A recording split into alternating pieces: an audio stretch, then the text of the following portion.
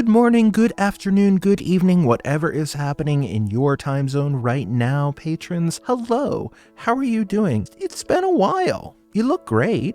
Now, about 2 weeks ago, I recorded a song called White Wine in the Sun by a guy named Tim Minchin. I do my best to make my covers really interesting and I work really hard on them, but this song was the first time that I really felt like I had arranged something properly. So I thought I would show you a little bit, grab a snack, relax, don't butter your jortses. That is really going to date this episode. And I will see you after the intro. Back in a bit.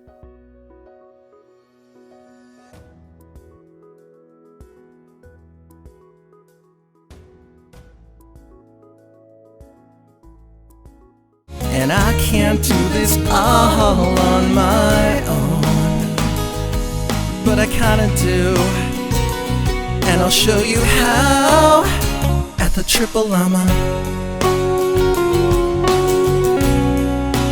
I can't write a song.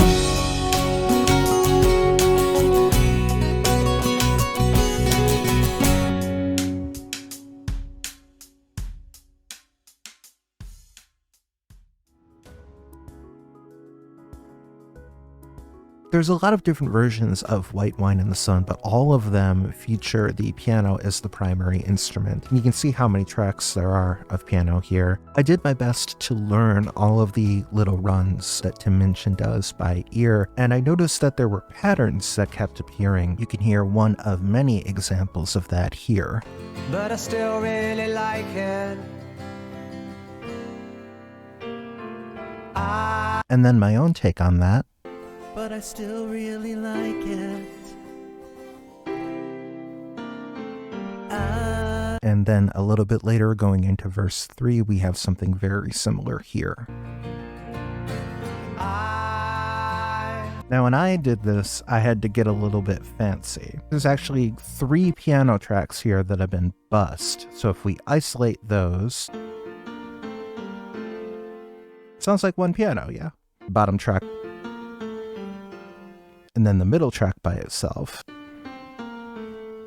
Now, maybe you're listening to that and you're thinking, okay, but that's just a normal piano track. That's what we expect a good piano track to sound like. There's nothing revolutionary or different about that. And you're right. But it was different for me because normally I just sort of take basic chord shapes and hop it around and I'll do like 10, 11, 12 different versions and then go with whatever sounds best. This song, it felt like it was supposed to be that way. I really wanted to get this right. Get freaked out by churches. And now we have this very hymn-sounding background. That they sing have nice chords, but the lyrics are dodgy. I tried to hit that harmony for a really long time, and I couldn't do it. There's got to be something there. Keyboard choir. Churches, some of the hymns that they sing have nice chords, but the lyrics are dodgy. There's actually 3 different things going on there. The first is this choral line.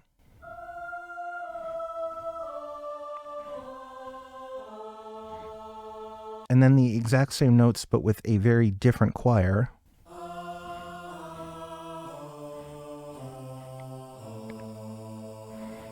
Just for a little texture, little French horn.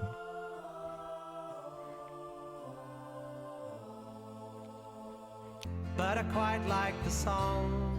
He does that a lot, this little 4-note, either walk down or walk up, and I actually started adding it where it doesn't even really appear.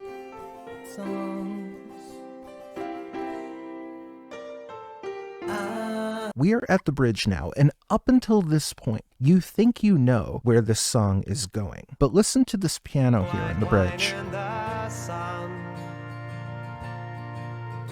Infant daughter. Get that? Like that little, that rocking.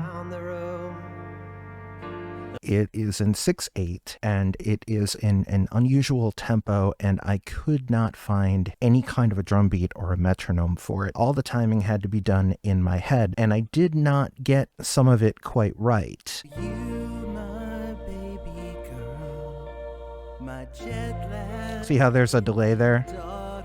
It's really hard to do that. Like, it doesn't sound like it should be. An idea that I had at the last minute was to add an electric guitar track that hopefully echoed that same sort of push and pull ocean feel.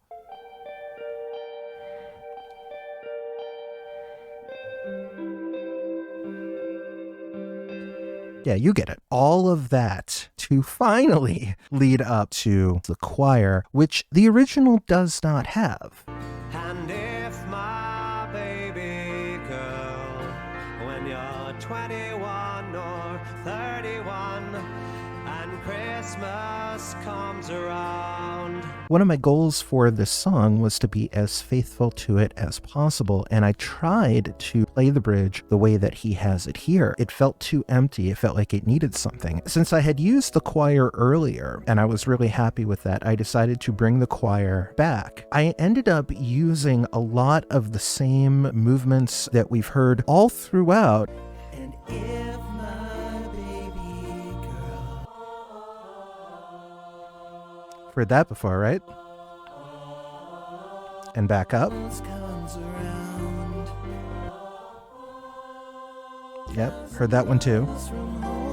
Choir drops out for a few measures, and then it comes back for most of the ending. This is also not in the original.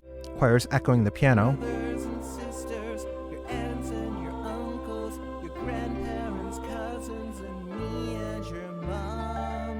Same thing here.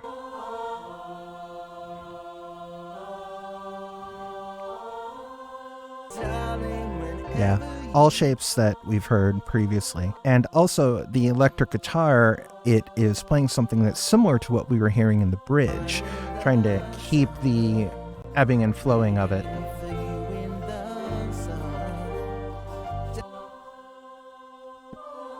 If you're a musician especially, none of this is news to you. Really, none of it is to me either. Of course, I know that, some notes are going to go together with chords particularly well. I haven't made anything prior to this that really feels like an arrangement. Ghost Love score, yes, of course. It's a new way of doing it. I like it.